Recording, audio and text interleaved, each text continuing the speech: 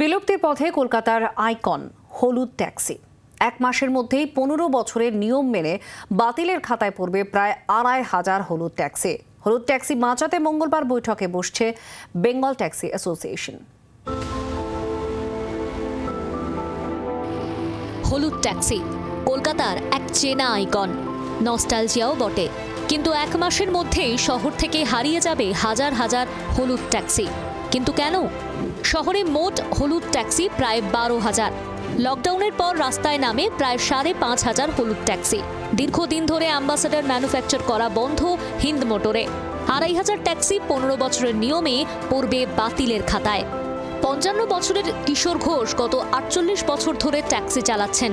Taxi চালানো ছাড়া বিকল্প কোনো রোজগারের রাস্তাও খোলা নেই তার।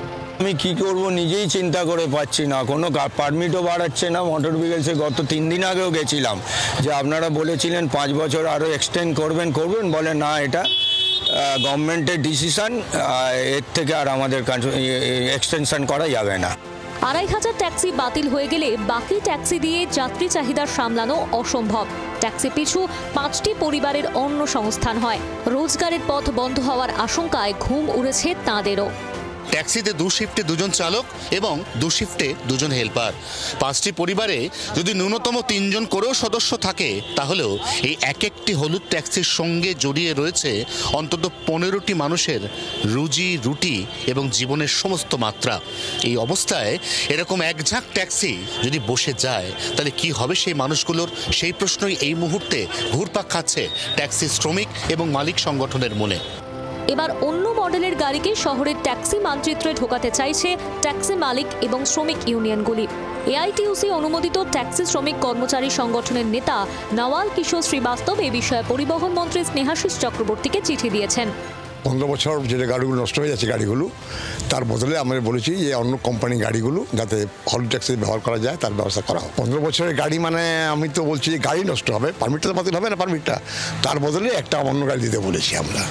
ট্যাক্সি মালিকদের সংগঠন বেঙ্গল ট্যাক্সি অ্যাসোসিয়েশন চিঠির প্রস্তাবে সায় দিয়েছে। কলকাতার হলুদ ট্যাক্সি বাঁচাতে মঙ্গলবার সব পক্ষকে নিয়ে বৈঠকে বসছে বেঙ্গল ট্যাক্সি অ্যাসোসিয়েশন।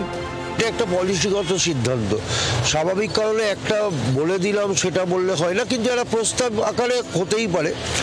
নিশ্চয়ই এটা নিয়েও চিন্তা ভাবনা করা হবে। আমরা নওয়ালকে সকলকে নিয়েই আমরা বসে এটা একটা কিউমুলেটিভ এফোর্ট করব এবং সরকার নিশ্চয়ইভাবে অত্যন্ত মানবিক সেই জায়গা থেকে নিশ্চয়ই এটা বিবেচনা করবে, এই বিশ্বাস আমার আছে। ট্যাক্সি শিল্পের সঙ্গে যুক্ত মালিক, শ্রমিক এবং কর্মী সংগঠন মনে করছে এই প্রস্তাবটি অত্যন্ত গ্রহণযোগ্য।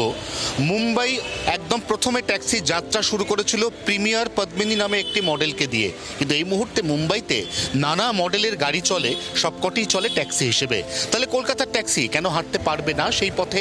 এ নিয়ে আলোচনা হবে মঙ্গলবার বিকেল 5টার সময় বেঙ্গল ট্যাক্সি অ্যাসোসিয়েশনের অফিসে, কারণ সেদিনের বৈঠকে থাকবেন ট্যাক্সি শিল্পের সঙ্গে যুক্ত এই রাজ্যের সমস্ত সংগঠনের নেতারা। জি 24 ঘন্টার জন্য ক্যামেরায় তরুণের সঙ্গে অয়ন, কলকাতা।